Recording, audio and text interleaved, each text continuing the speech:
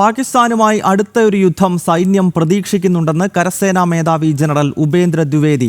സൈനികർ മാത്രമല്ല, രാഷ്ട്രം ഒരുമിച്ച് നിന്ന് പോരാടുമെന്നും കരസേനാ മേധാവി പറഞ്ഞു. യുദ്ധത്തിൽ വിജയിച്ചെന്ന് സ്വയം ചിത്രീകരിക്കാനുള്ള പാകിസ്ഥാന്റെ തന്ത്രത്തെയും കരസേനാ മേധാവി പരിഹസിച്ചു.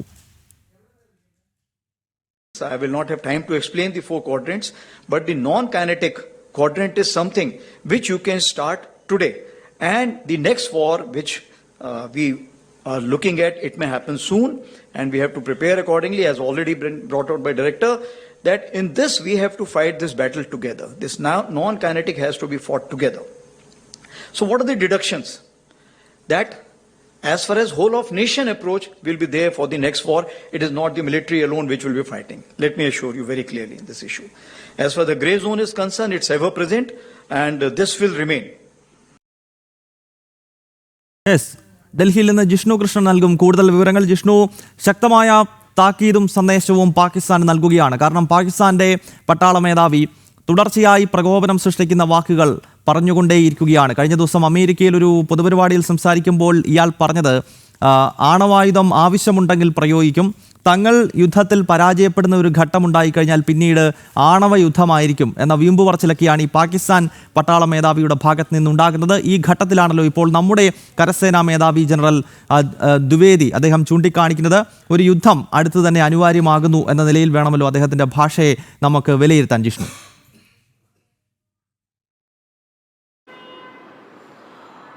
ഗൗതം, തുടർച്ചയായിട്ടുള്ള പ്രകോപനപരമായ പ്രസ്താവനകൾ പാകിസ്ഥാന്റെ ഭാഗത്തു നിന്നുണ്ടാകുന്നു. സിന്ധു നദിയിൽ അണക്കെട്ടുകൾ നിർമ്മിക്കുകയാണെങ്കിൽ അത് തകർക്കും. കൂടാതെ ആണവശേഷിയുടെ വീര്യം പറഞ്ഞുകൊണ്ട്, വീമ്പ് പറഞ്ഞുകൊണ്ട് ഭാരതത്തെ പ്രകോപിപ്പിക്കാനുള്ള വാക്കുകളും പ്രസ്താവനകളും പാകിസ്ഥാന്റെ സൈനിക മേധാവിയും ഭരണാധികാരികളും പറയുമ്പോൾ അതിന് കൃത്യമായിട്ടുള്ള മറുപടിയാണ്, അല്ലെങ്കിൽ അത്തരം പ്രകോപനങ്ങൾ ഏത് രീതിയിൽ ഭാരതം നേരിടും എന്ന കൃത്യമായ സൂചനയാണ് കരസേനാ മേധാവി ജനറൽ ഉപേന്ദ്ര ദ്വിവേദിയുടെ ഭാഗത്തു നിന്നുണ്ടായത്. അതായത് സൈന്യം എപ്പോഴും ഒരു യുദ്ധം പ്രതീക്ഷിക്കുന്നുണ്ട്. അത് ഏതൊരു പട്ടാളക്കാരനെ സംബന്ധിച്ചും അല്ലെങ്കിൽ ഏതൊരു സൈനിക മേധാവിയും നമ്മൾ കാഷ്വലായി സംസാരിക്കുമ്പോഴും ഏതൊരു യുദ്ധവും അവർ മുന്നിൽ കാണുന്നു. അത് വെച്ചുകൊണ്ടാണ്, അല്ലെങ്കിൽ അത്തരത്തിലൊരു നിഗമനത്തിലും പ്രതീക്ഷയിലുമാണ് സൈനിക നടപടികൾ മുൻപോട്ട് കൊണ്ടുപോകാറുള്ളത് എന്ന് അവർ എപ്പോഴും പറയാറുള്ളതാണ്. പക്ഷേ നിലവിലെ സാഹചര്യത്തിൽ ഇത്തരത്തിൽ പ്രകോപനപരമായ പ്രസ്താവനകളും നടപടികളും പാകിസ്ഥാന്റെ ഭാഗത്തു നിന്നുണ്ടാകുമ്പോൾ പാകിസ്ഥാനുമായി ഏതു നിമിഷത്തിലും അല്ലെങ്കിൽ ഉടൻ തന്നെ അടുത്ത യുദ്ധം സൈന്യം പ്രതീക്ഷിക്കുന്നുണ്ട്.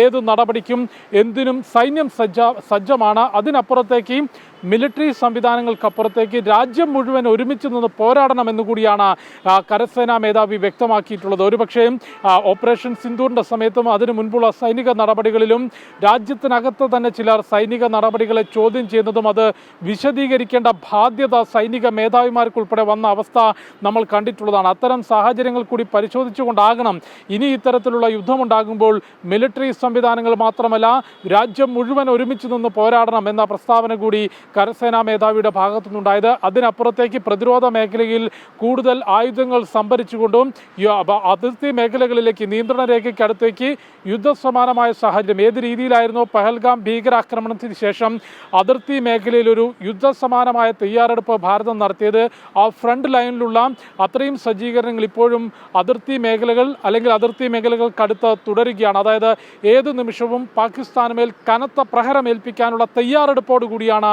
ഭാരതത്തിന്റെ സൈന്യം മുൻപോട്ട് പോകുന്നത് എന്നാണ് നമുക്ക് വിലയിരുത്താൻ സാധിക്കുക. ഒപ്പം ഓപ്പറേഷൻ സിന്ദൂറുമായി ബന്ധപ്പെട്ടും കരസേനാ മേധാവി ചില കാര്യങ്ങൾ പറയുകയുണ്ടായി. പെഹൽഗാമിൽ വീണ ചോരയ്ക്ക് നീതി നടപ്പാക്കുകയാണ് ഓപ്പറേഷൻ സിന്ദൂറിലൂടെ ചെയ്തിട്ടുള്ളത്. അതിന്റെ വിജയത്തിന് കാരണമായത് ഒന്ന്, രാജ്യത്തിന്റെ ഭരണ നേതൃത്വത്തിന്റെ ഇച്ഛാശക്തിയും ഒപ്പം സേനയ്ക്ക് പൂർണ്ണ സ്വാതന്ത്ര്യം നൽകിയിട്ടുള്ള നടപടിയുമാണ്. ഒരു ചെസ് കളിക്ക് സമാനമായി കരുതലോടുകൂടി കരുക്കൾ നീക്കിക്കൊണ്ടാണ് പാകിസ്ഥാനുമേൽ ഭാരതം കനത്ത വിജയം നേടിയിട്ടുള്ളത്. ആ കരുക്കൾ നീക്കാൻ പൂർണ്ണ സ്വാതന്ത്ര്യം രാജ്യത്തിൻ്റെ ഭരണ നേതൃത്വം നൽകി. അതുകൊണ്ട് പാകിസ്ഥാനുമേൽ ശക്തമായ വിജയമാണിപ്പോൾ ഭാരതം നേടിയിട്ടുള്ളത്. പക്ഷേ സ്വന്തം രാജ്യത്തെ ജനങ്ങളെ ബോധ്യപ്പെടുത്താനും ലോകരാജ്യങ്ങളെ